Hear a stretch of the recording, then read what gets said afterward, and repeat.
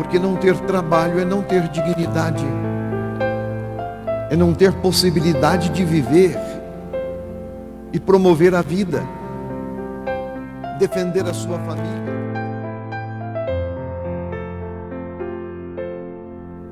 Caríssimos irmãos e irmãs,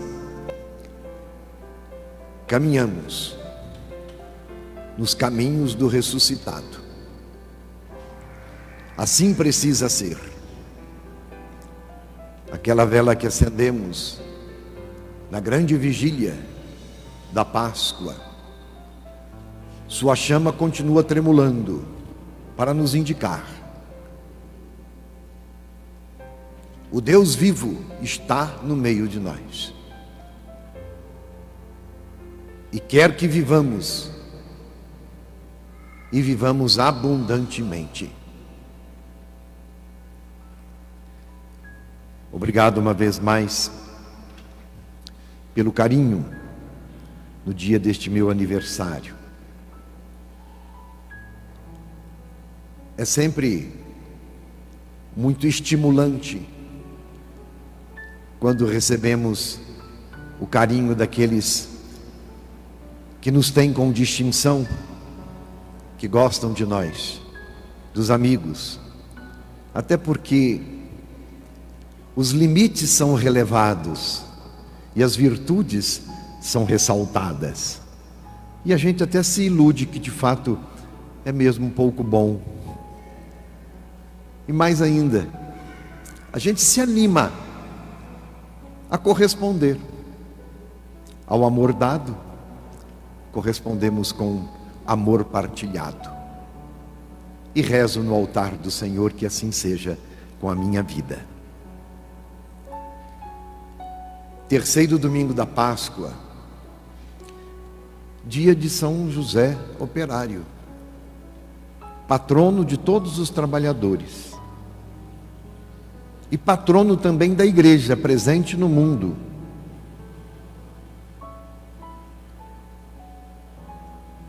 Se nós celebramos a vida e a vida em abundância, porque é uma promessa do ressuscitado, quanto ainda temos que trabalhar para que a realidade dos operários no Brasil, dos trabalhadores, seja de fato uma realidade de vida e não de morte. Afinal de contas, infelizmente, são mais de 13 milhões os desempregados no Brasil, e nós não podemos não estar sensíveis a esta realidade de morte, porque não ter trabalho é não ter dignidade, é não ter possibilidade de viver e promover a vida, defender a sua família, ter a alegria de levar o pão para dentro de casa. Que situação triste esta! Mas nós somos filhos da ressurreição e não nos curvamos aos mecanismos geradores da morte. Aqui, no altar da palavra e do pão, renovamos as nossas esperanças. Haveremos de vencer, porque quem nos garante a vitória é aquele que venceu a morte e o pecado. E é pela fé nele que aqui nós estamos. Somos igreja peregrina. Igreja peregrina em caminho nas estradas do mundo, até um dia chegarmos a ser igreja do céu. Mas já experimentamos antecipadamente a realidade divina, porque o que nos move é a força do ressuscitado. Portanto, meu irmão, minha irmã, ouvir a voz do ressuscitado é o que a liturgia de hoje nos ensina. Os discípulos haviam voltado para suas atividades cotidianas. Quase que o acontecimento de Jerusalém estava no passado. Mas Jesus insiste, é a terceira vez que se apresenta aos seus. E aos poucos, então, eles foram ouvindo a voz do ressuscitado. para serem servidores da ressurreição. Ouçamos a voz do ressuscitado, nós que somos discípulos e discípulas de nosso Senhor Jesus Cristo e por isso nos fazemos chamar de cristãos. Vamos seguir o seu evangelho, vamos celebrar, atualizando a graça de Deus, para termos sempre a memória viva de que Ele está no meio de nós, ouvindo a voz do ressuscitado, seguindo o seu evangelho, atualizando a graça, nós seremos testemunhas. E o mundo precisa, como a realidade do emprego no Brasil, tantas outras realidades, o mundo precisa de luz e da luz da ressurreição. A igreja continua a obra de salvação de nosso Senhor Jesus Cristo. Jesus confiou a Pedro e aos seus sucessores esta missão. A Pedro, como ouvimos no Evangelho, foi confiada a missão de apacentar o rebanho. Não nos esqueçamos, hein? Pedro, para nós hoje, é Francisco e os seus sucessores. Estejamos sempre em sintonia, para nós não nos perdermos em nossas ideologias e em nossas vaidades. Pedro é o sinal da unidade. O Papa nos une como igreja no mundo inteiro. E seguimos sob a orientação do seu cajado. Assim quis Cristo. E em qualquer circunstância, é o que ouvimos na primeira leitura. A primeira leitura nos ajuda a compreender qual é a missão da igreja: anunciar o evangelho, ainda que os valores anunciados provoquem desconforto. E às vezes a palavra da igreja provoca, é provocador, mas tem que ser. É missão dela, particularmente para iluminar as situações de treva. Estávamos reunidos nesta semana, como bispos do Brasil, na Conferência Nacional, em uma reunião online.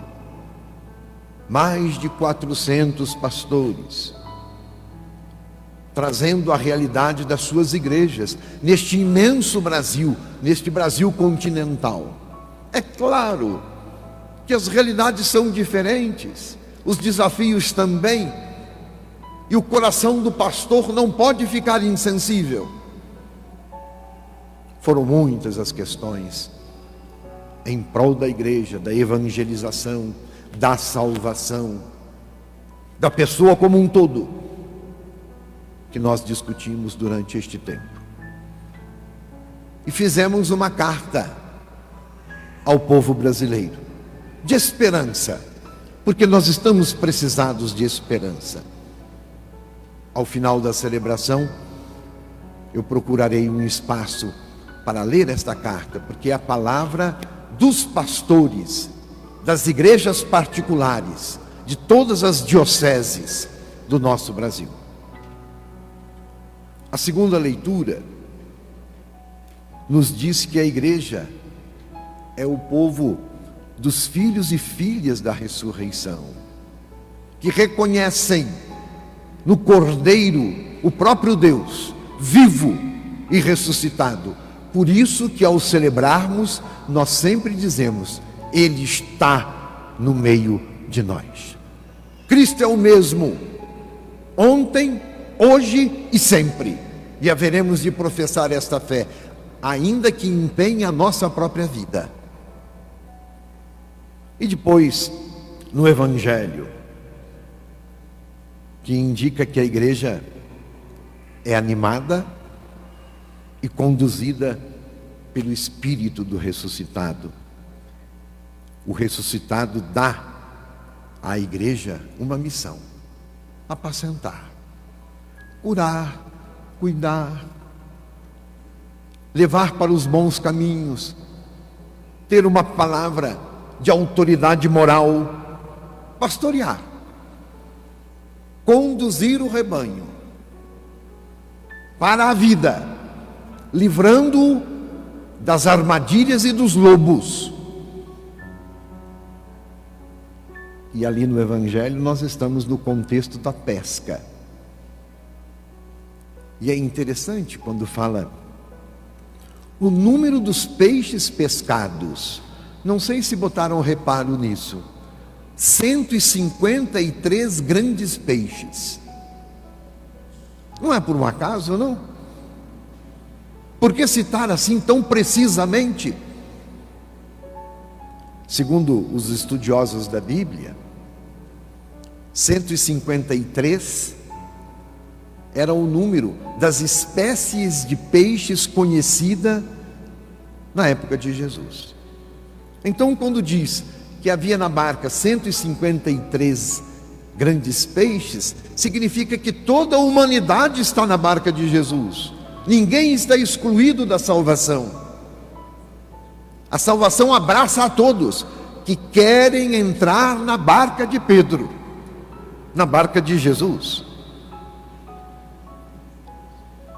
E na perspectiva do sínodo, nós estamos vivendo um tempo de sinodalidade, de ressaltar essa dimensão de que todos nós somos igreja e todos nós somos responsáveis pela obra de salvação de nosso Senhor Jesus Cristo, todos aqueles que são batizados. Portanto, a igreja não é só o Papa, nem os bispos e nem os padres e diáconos, os ministros ordenados, somos todos nós. É nesse sentido que o Papa Francisco chama todos a falar, a se expressar, a dizer da sua alegria e do seu descontentamento para com a igreja, para nós seguirmos nos corrigindo. A igreja é santa e pecadora porque é feita de gente santa e é feita de gente pecadora, que precisa também se converter. O objetivo do sínodo é este. Então, nessa perspectiva do sínodo, toda a igreja, e você, meu irmão, minha irmã, é chamado a ser comunhão, participação, para realizar esta missão da igreja, a partir da escuta do Espírito, porque ouvindo o Espírito, estaremos todos a serviço do querer de Deus, da sua vontade, do seu projeto divino para a construção de um mundo mais fraterno, justo, pacífico, um mundo mais humano. Nossa igreja, movida pelo Espírito do ressuscitado, comunga com a vida da humanidade. A igreja, meu irmão, minha irmã, não é uma associação de pessoas, ainda que sejam de pessoas piedosas. A igreja não é uma associação, é uma comunidade de salvação. É uma outra qualidade, por isso nós nos reunimos. Quem nos preside é o Espírito do ressuscitado. Então não erramos quando damos ouvidos, abrimos os ouvidos e o coração ao ressuscitado. Mais que com palavras, então, anunciemos o Evangelho com o testemunho da nossa vida. Aliás, este é um apelo do nosso padroeiro Santo Antônio. Mais que com palavras, anunciemos o Evangelho com o nosso testemunho. Em qualquer situação, favorável ou desfavorável. E é interessante isto, viu? Quando a igreja está acomodada, quietinha, bonitinha, fechada dentro das quatro paredes do templo, a igreja definha, morre, seca, não é fértil. Toda vez que a igreja é provocada, desafiada, o martírio, o sangue dos mártires fecunda o chão da igreja. Então é a igreja de nosso Senhor Jesus Cristo. Então a nossa igreja não nasceu no alto do Calvário? como batizados, todos estamos na barca de Pedro. Todos nós, porque batizados, temos a graça de Deus que nos acompanha e somos chamados a corresponder com o testemunho de vida, seguindo os valores do Evangelho. Sinta-se, meu irmão e minha irmã, neste terceiro domingo da Páscoa, sinta-se provocado. E hoje temos a inspiração de São José, o operário de Deus, o patrono da igreja, presente no mundo inteiro.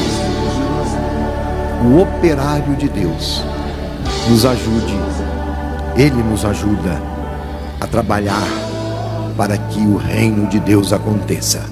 Sejamos nós parceiros de Deus, para que a sua vontade se realize neste mundo. Que o bom José nos ajude na fidelidade e na perseverança, para sermos um tijolinho vivo que seja na construção da Igreja de Cristo. Que assim seja. Amém. São José, exaltemos, sempre com mais fervor. São José, a voz nosso amor.